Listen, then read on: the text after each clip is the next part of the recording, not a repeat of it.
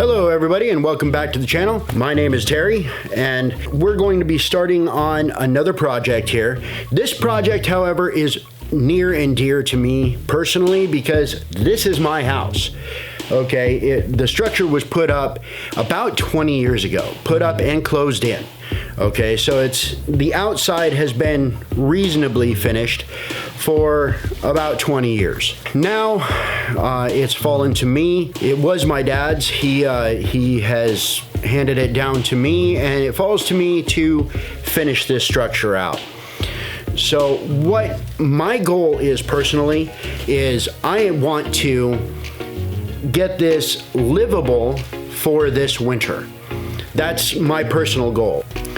Now, certain things were done beforehand. As you can see kind of in behind me here, there is a roughed in kitchen area, just roughed in cabinetry. Now this cabinetry is actually fairly nice. It is ash wood, okay? Kind of what you might think of as poor man's white oak, okay? But the wood on the facing is ash. I have a few things that I actually need to fix or shore up, a couple of walls that need to be either moved or built. What you see above me here is actually insulation that I put in last year, not this year.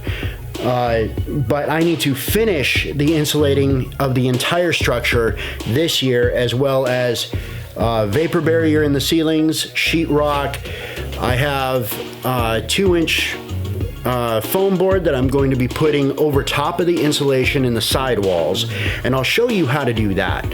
And then I'll put my sheetrock on top of that, electrical, plumbing, you know, at least get it decent and get it heated for winter. And that is really the important part of all of this, is make sure that this coming winter we can be in here and living here. Because this structure will be far more cost efficient than the place I am currently living. But I will be putting all of the videos for this project into their own specific playlist that you will be able to access at any time, and you're welcome to take a look and figure out exactly what it is that you need to know about and need to learn how to do, and watch each video that you need to. Hopefully it will help you out in your own projects and kind of give you a little bit of an idea of how to go about some of your projects that you may be working. But this is actually, finishing this place has actually been a dream of mine since I was, in my mid-20s. So this is actually really cool, and I'm gonna get to finish out my really awesome friends. Should be interesting. It's actually gonna be a big project, especially for me. Hopefully I'll have a little bit of help every once in a while. My oldest son is coming up here to spend part of the summer with me, so hopefully he'll be able to help me out a little bit on some of this stuff, especially the sheetrock, because all of the sheetrock that I have here is 12 foot.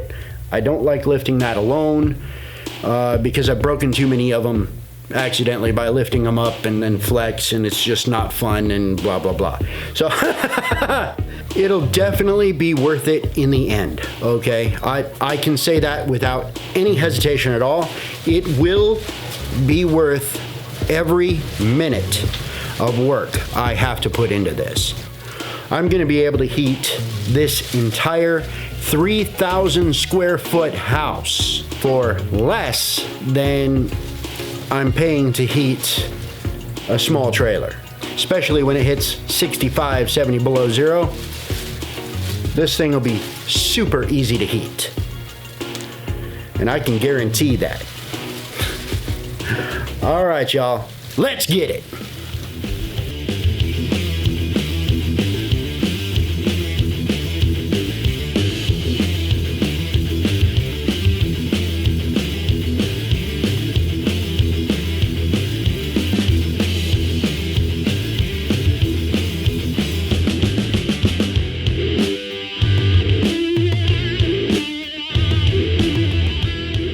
Right now, we're going to focus on our exterior corners. I already did the interior corner, but I lost the video footage to it. So what we're going to do is we need to be able to insulate back in here, okay? Now this corner is completely boxed in, okay? I can't get insulation back there. Why they did that, I don't know, but they did. I have to remove one of these studs to get back in there, and I can utilize that in one of the other locations that's gonna be narrow. And in fact, I can see a couple of them right from here. So I'll be able to reuse that without any trouble, but I'm going to have to remove this stud. And then I've got to do the same thing over there. Now I'm going to show you how I know that it's that stud that needs to be removed. For starters, in a corner box like this, what you've actually got is you're supposed to build two studs in the corner, okay? And you're supposed to put them together just like this, okay? So one has the flat side against the edge, a leading edge, and leave this back space open. That way, when you put the other wall up, you're actually coming into that other wall from the back side, so your studs actually line up fairly well, and you can nail these two walls together, okay? It's pretty simple once you see it done. Okay, it's much easier to show than to actually explain, but because I know how that design is supposed to be, I can figure out which one to take out. And I'm going to show you how I can tell that. The wall to your left is actually the wall that butts up to the wall on your right, which means, if you follow it down, that it's this stud that needs to be removed. Now the good thing is, it's not nailed through the face into anything. It's just nailed from top and bottom. Now, what that means is that it's going to be much easier to remove, because all I have to do is cut it top and bottom with a sawzall, cutting the nails off, I hope, and then remove that stud, and I'll be able to stuff insulation back into that corner to create a thermal barrier, okay, a thermal break between the weather outside and the temperature inside. As it is right now, any cold air that's on the opposite side of that wall is going to leak through and come through this corner, because there's no thermal break there to stop the cold air from moving in, or during the summer, if we had a normal summer, the hot air from coming inside. So let's get it.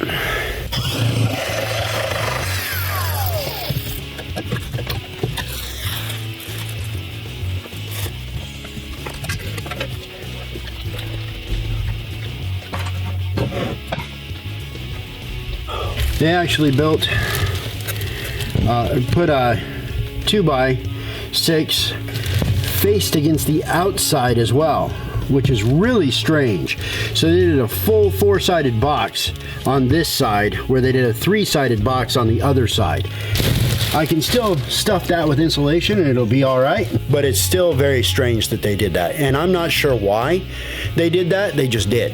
Okay, but I've got everything set up in here so that I can insulate everything that's left, which isn't much in this room. Then I can throw the lid on, you know, put the sheetrock on the ceiling, on the other half of the ceiling, I should say, and then I can worry about putting my 2-inch foam board on the exterior walls as an extra added layer of insulation.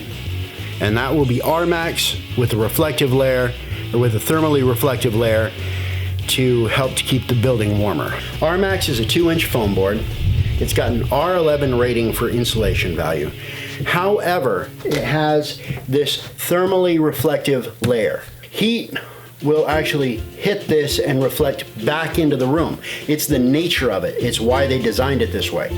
However, through our experience here, I have discovered that what it also does is stop cellular signals. So unless you are using Wi-Fi calling, at least I should say in our valley here, because our signals aren't super strong here anyway, but if you're not using Wi-Fi calling on your cell, you won't get through and calls won't get in. That's just something for you to be aware of.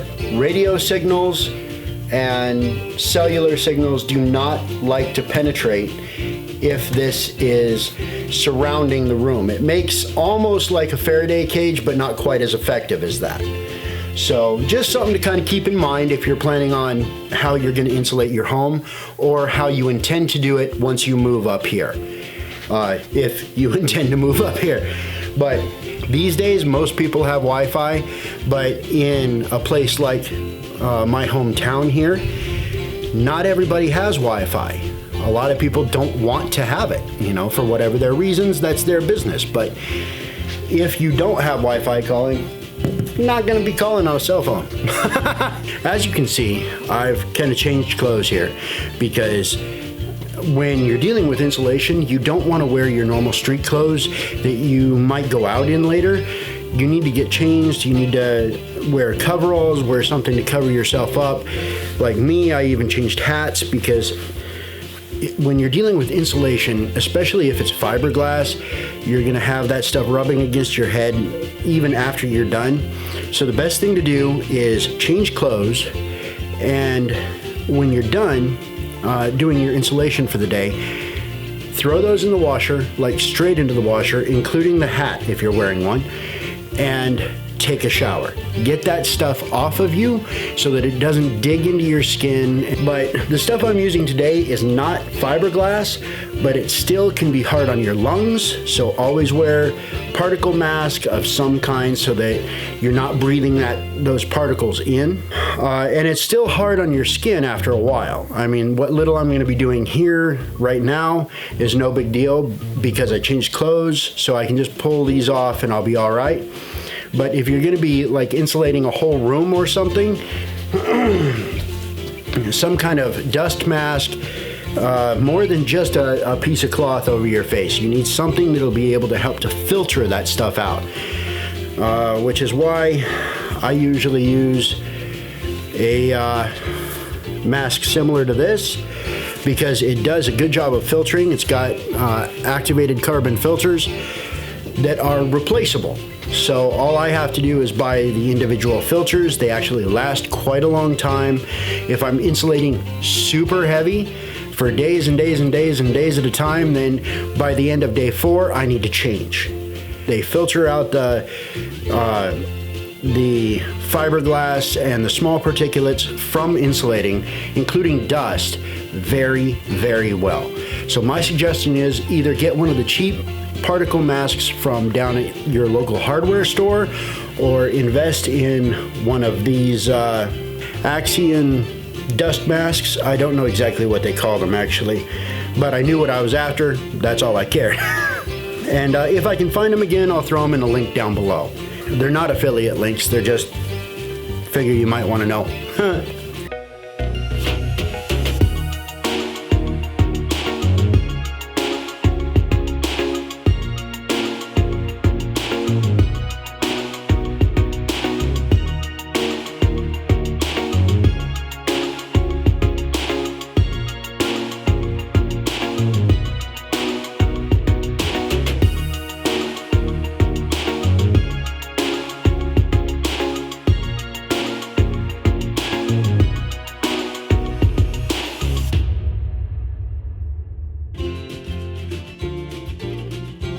Now you might have noticed that I was being very careful after I got it in about tucking in the edges and not pushing the whole piece in at once. Just tucking the edges in right next to the stud, and then once the edges were tucked in, I was kind of pulling out just a hair. What that does is just make sure that it's fluffy all the way across, okay? So it's not compact, it's not wrinkled up, and its shape isn't changed. It's just kind of tucked in there and then fluffed back out to get maximum R value from it, insulating value from it. Because if it's in there and kind of folded around, or you know, the shape is changed, it's not going to insulate properly compared to when you make sure everything is fluffy. Sorry, that's how I was taught. The word my dad used was fluffy. But if you make sure it's all fluffed out and real bouncy in there, and there's no gaps next to that stud or across the top or bottom plate, it will insulate perfectly and you will not have cold seeping in. But if you do it incorrectly and just kind of shove it in there and hope for the best, you're going to have places where the cold, or in some locations around the world, the heat will be able to slide right through there unobstructed because there's nothing standing between it and the inside of your home. Just a little tip. That's why I'm so careful about when I insulate, to make sure everything is perfect and fluffy. All right, so I've done just about all that I can do for today, mostly because I have to go relieve the babysitter and watch my boys for the rest of the day. And construction site is not a good place for two kids that are both under 2 years old. Too much that can, they can go wrong. But anyway, yeah, the last couple of weeks have been pretty exciting. I was able to finally get started on this project here, and this summer, see, I've kind of put myself down to the wire with it. So this summer I have to get it done, at least enough to be able to live in. But earlier this week, actually just a couple of days ago, I went up to Fairbanks and picked up a car for my wife, which that was an experience in and of itself. It's been a long time since I've dealt with banks on a brand new vehicle. That's all right. It all turned out, regardless of the process. I actually tried to vlog that, but I had, I shouldn't say I had equipment issues. I had user issues, operator problems. I don't know enough about what I'm doing yet. But, yeah, things will turn out. They always do. It just takes some time and some effort. It's a little frustrating that I have to do as much as I do on this house alone. My buddy, he's going to be helping me out a little bit, but he's got a life to live too. He's got work, he's got fiance that he's trying to bring over from the Philippines. I mean, all of that takes money, and I understand that. It's just kind of frustrating that I have to do all of it on my own, or a good share of it.